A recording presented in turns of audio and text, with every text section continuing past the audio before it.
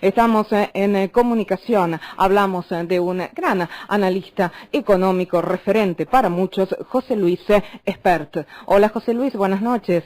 Hola, ¿qué tal? Buenas noches.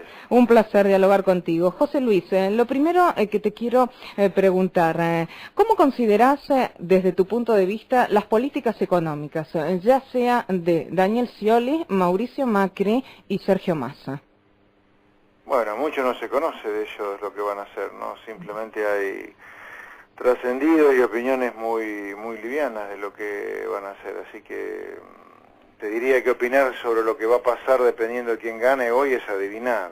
Me parece que hoy, o al menos yo, de lo único que puedo agarrarme para opinar con seriedad es que cualquiera de los que gane va a ser conveniente que hagan algunos ajustes para evitar que los ajustes que ya están ocurriendo se sigan haciendo, pero de manera desordenada, porque estamos frente a un plan que está completamente agotado, ¿no? La tasa de inflación sigue siendo muy alta, estamos hace 4 años con la economía que no crece, con un Estado que está gastando mucho más de lo que recauda, con un déficit fiscal enorme, un atraso cambiario enorme, en fin. Creo que sería conveniente que el ajuste que ya está ocurriendo, cualquiera de los que gane lo encamine mejor, porque si se lo deja solo se hace desordenado. José Luis, te iba a preguntar en relación a lo que estabas expresando, ¿por qué crees que hay falta de propuestas, por ejemplo, de la política económica que es tan importante en los diversos candidatos? Bueno, este es un problema de los candidatos y de la sociedad también. A la sociedad argentina no le gusta mucho que le digan la verdad.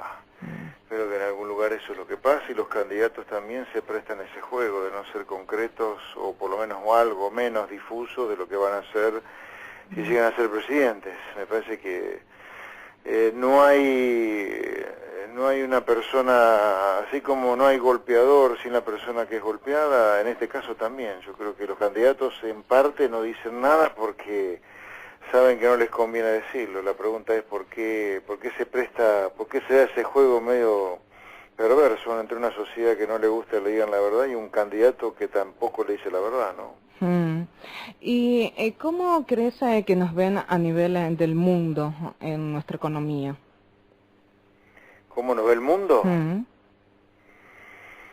Y bueno, el mundo me parece que como concepto nos sigue viendo con alguna lástima, ¿no? Porque este es un país que a principios del siglo XX, o sea, a principios del siglo pasado, era un país que era una amenaza para las potencias del mundo, era número cuarto, quinto en el ingreso mundial per cápita y hoy está cerca del número 100, prácticamente hemos perdido un puesto, o hemos caído un puesto en promedio por año en el último siglo en el ranking mundial de ingreso per cápita. Este es un país que ha desperdiciado mucho las oportunidades que se le han dado, como en la última década, como en los 90 también. Yo creo que Argentina es un país que se lo ve con lástima porque se lo ve con potencialidad, pero completamente desperdiciado.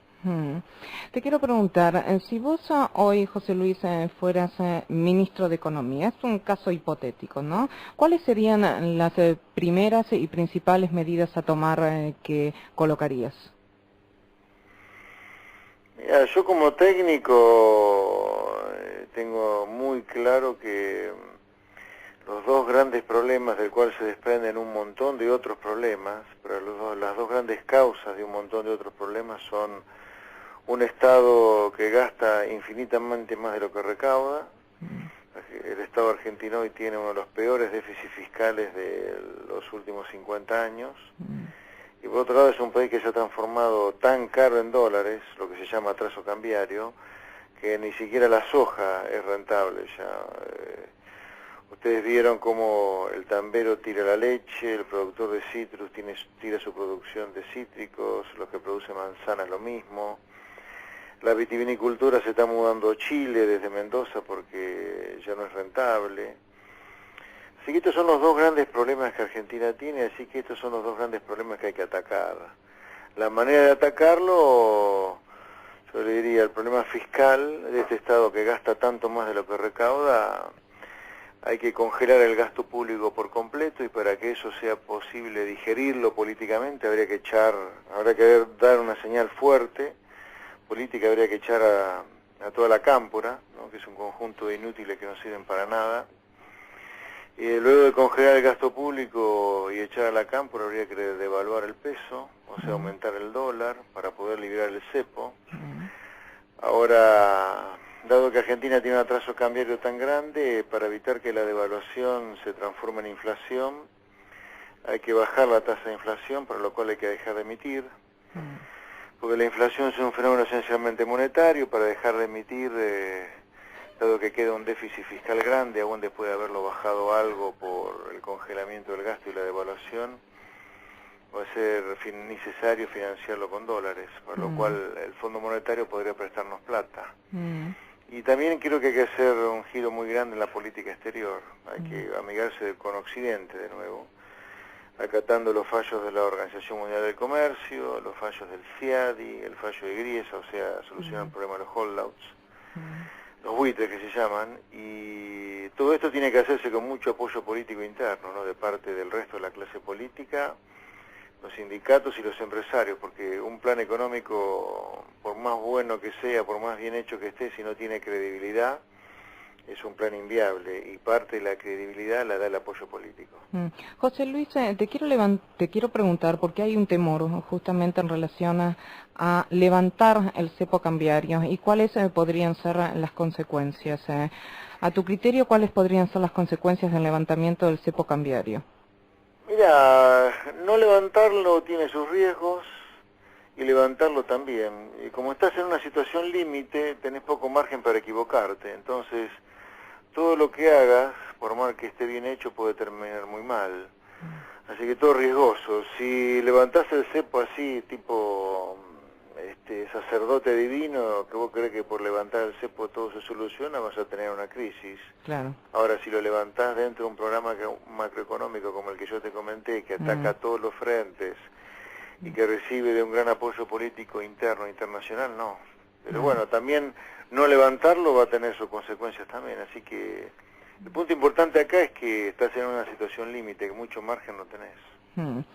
También en las encuestas, a lo que se percibe en relación a lo que estás diciendo, José Luis, es que algunos, y lo que manifiestan, es que la imagen positiva todavía de la presidenta, y también en otros aspectos en relación a los nuevos candidatos que hablaron sobre el levantamiento del cepo, eso le quitó algunos de ellos puntos, como por ejemplo en su momento le pasó a Macri, por eso que a veces es un tema que no se habla por temor, y que algunos están de acuerdo con el mantenimiento de la economía, prefieren mantenerse así a un gran cambio.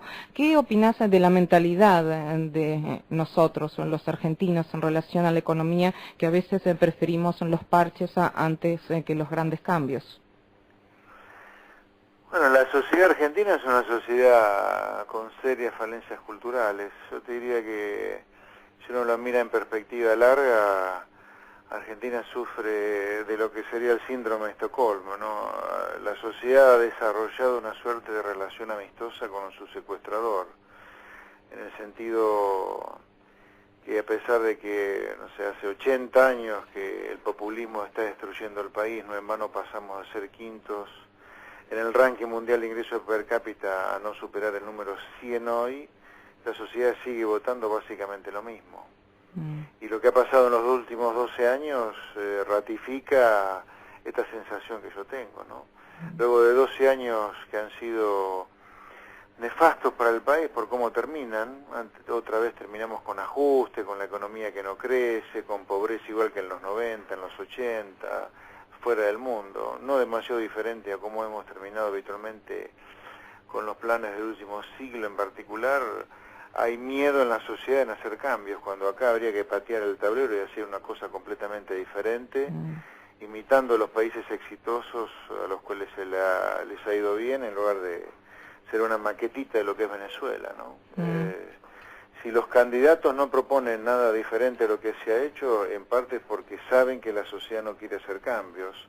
La pregunta es cómo es posible que una sociedad que se viene autodestruyendo de la mano del populismo no decida cambiar de manera dramática y girar 180 grados. Y ahí es donde digo, bueno, a esta altura, sin duda la sociedad tiene un problema serísimo que se podría sintetizar como un síndrome de Estocolmo. Seguir votando a lo que nos ha secuestrado el futuro indica claramente una sociedad enferma.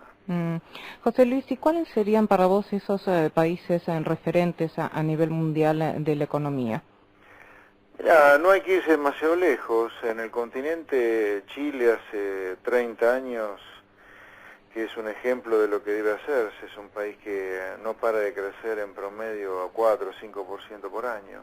Es un país que básicamente se dedica a vivir del comercio. Argentina tiene todo para venderle al mundo, todo. Tiene todo para ganar vendiéndole al mundo, abriéndose al comercio. Y la otra cosa que los países que prosperan tienen, como Chile, hoy lo está haciendo ya Perú y Colombia, en mucha menor medida Uruguay y Brasil, y que tienen un Estado que cobra impuestos razonables, y no el disparate de impuestos que cobra el Estado nuestro de hoy, donde por culpa de la cantidad de impuestos que pagamos, la gente no llega a fin de mes para pagar impuestos, las empresas se funden. Además de cobrar impuestos pagables, el gasto público no es el robo para la corona, como ocurre acá, sino que el gasto público le vuelve a la gente, a la sociedad, a los que pagan los impuestos, bajo la forma de bienes públicos, o sea, seguridad, justicia, educación básica, salud básica. Esto es lo que ratifica mi sensación de la enfermedad de la sociedad argentina, porque no hay que irse al confín del mundo para encontrar países que hagan cosas que generen prosperidad, como la que yo te digo, el comercio y un Estado con impuestos pagables, y un gasto público que le vuelva a la gente. Está acá nomás, digamos, el ejemplo. Y ya cada vez hay más países que lo hacen, no menos.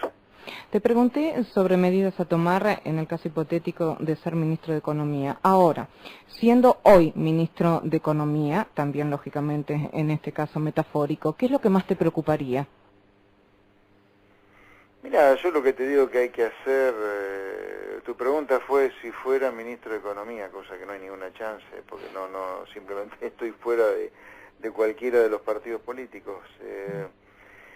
Tu pregunta inicial fue si yo fuera ministro de un nuevo gobierno. Mira, lo que yo te dije que haría en un nuevo gobierno lo haría desde hoy mismo, así que mi propuesta es absolutamente atemporal, en el sentido de que hay que hacerla ya.